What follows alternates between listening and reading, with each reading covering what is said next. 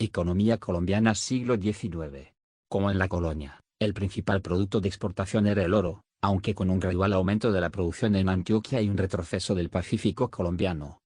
Los grandes cambios vinieron a mediados del siglo XIX con el desarrollo de nuevos productos de exportación, entre ellos el tabaco, la quina, el café y una minería de oro y plata más moderna.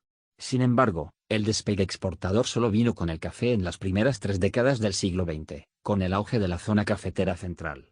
El lento crecimiento económico que caracterizó la segunda mitad del siglo XIX fue reemplazado por una expansión rápida e importantes inversiones en la infraestructura del país.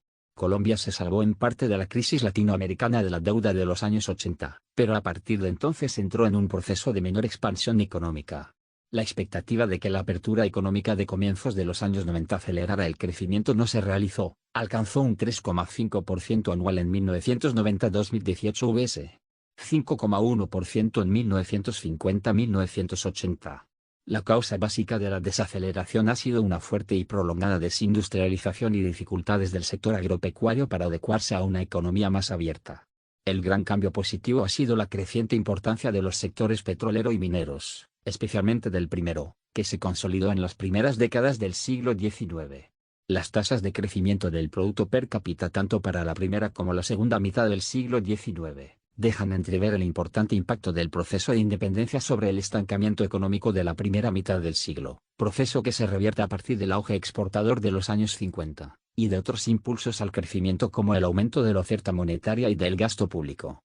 Así, el crecimiento económico de la primera mitad del siglo fue nulo o en el peor de los casos se contrajo a un ritmo de 0,2% anual, y dado que el producto en los primeros años del siglo XX es ligeramente mayor al de 1800 que fue de 27 pesos por habitante, la recuperación de la segunda mitad pudo estar en el orden del 0,3 al 1,1%.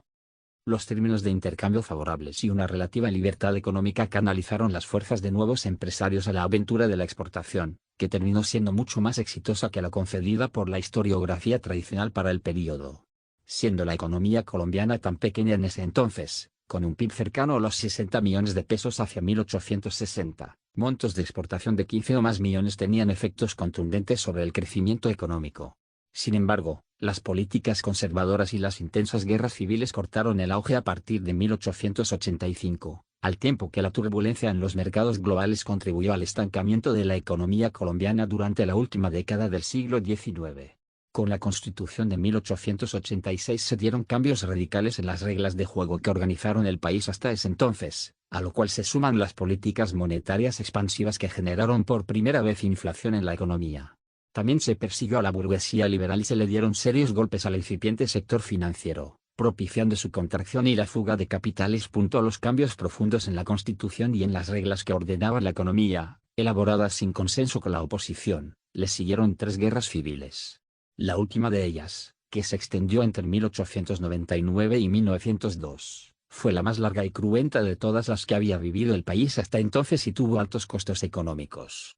La economía colombiana en los albores del siglo XX se caracterizó por la lenta recuperación de un sistema productivo estructuralmente muy débil, afectado en el corto plazo por el desorden monetario producto de las emisiones excesivas de la Tesorería Nacional, la caída de los precios internacionales del café y las consecuencias económicas de la cruenta guerra de los 1000 días. Sin embargo, con el surgimiento de la producción industrial capitalista se inicia el crecimiento sostenido de la economía colombiana, precisamente, en los primeros 30 años del siglo XX. En síntesis, se puede afirmar que Colombia perdió el siglo XIX en términos del crecimiento económico. Sin embargo, este fue un largo periodo de transición en el que se desmontaron las principales restricciones coloniales que impedían la activa participación de la iniciativa privada en el desarrollo económico y se construyeron lentamente las instituciones políticas que permitirían el mayor crecimiento del siglo XX.